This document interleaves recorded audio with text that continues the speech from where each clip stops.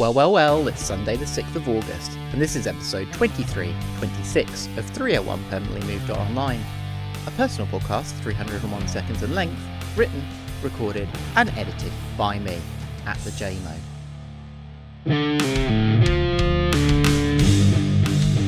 Hello everyone, it was my birthday last week, so I had the week off.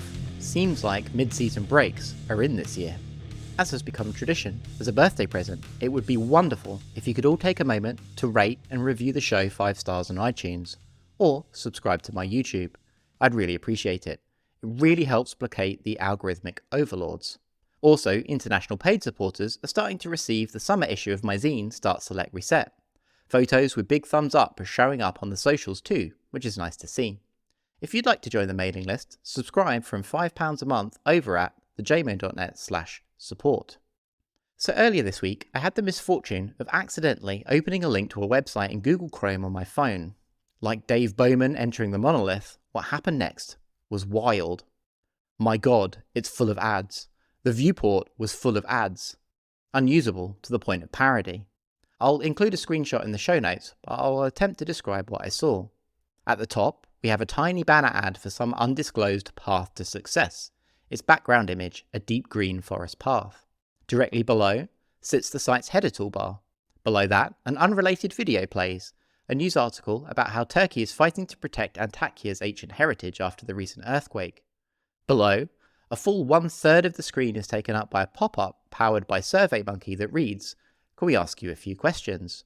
Below that and behind the survey pop-up, you can see another page advertising if I'm hoarding any old TVs at home. At the bottom in the site's footer, an animated advert to book a foreign holiday. Not a single word of the page I wanted to read's content was visible. I immediately copied the URL and opened it in Brave browser, but I honestly couldn't believe it. I had no idea that the web had gotten this bad. I haven't seen a pop-up or an advert in my web browser for about 20 years. In fact, spelunking an old hard drive recently, I found Firefox 0.5 beta from 2003. Anyways, my recent brush with all that advertising chaos has brought something crushing home. If this is what the web is like for normies, no wonder everyone spends their time in siloed social media platforms and apps. This has got to be a contributing reason to why no one clicks on anything anymore. I totally get it too.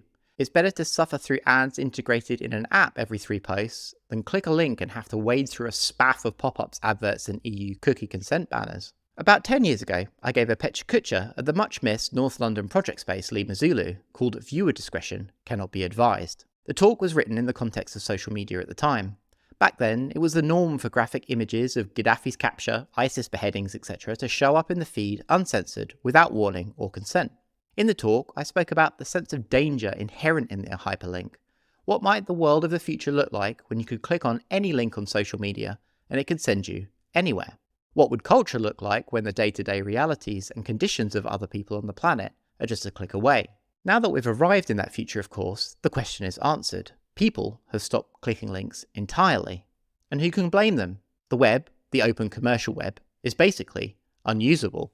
I've talked somewhat saltily on 301 and my blog before about how Twitter, or X I suppose, has been a terrible place to promote one's independent work over the last few years. For the longest time, I thought the reason for the drop in traffic and usefulness of social media was because of the app's deprioritization of out-of-platform links in order to maximize user dwell time and duration spent on the site. But clicking that link in Chrome earlier this week has shown me that it's both shit social media and the shit web.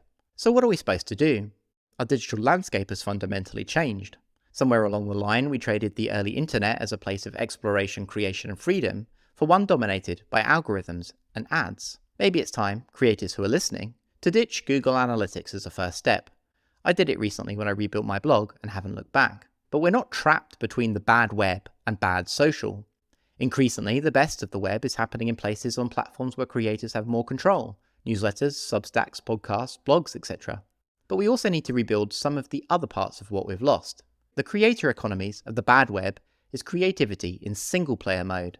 In the 2020s, we should be doing things in multiplayer mode. Things that involve community, sharing, and connection. If you make and create things online, stay curious and critical about the online spaces that you inhabit. Let's all try and make things and/or places online that are worth spending time in, exploring, and sharing with others. At the very least, consider paying for or even just sharing the things that you enjoy online with others.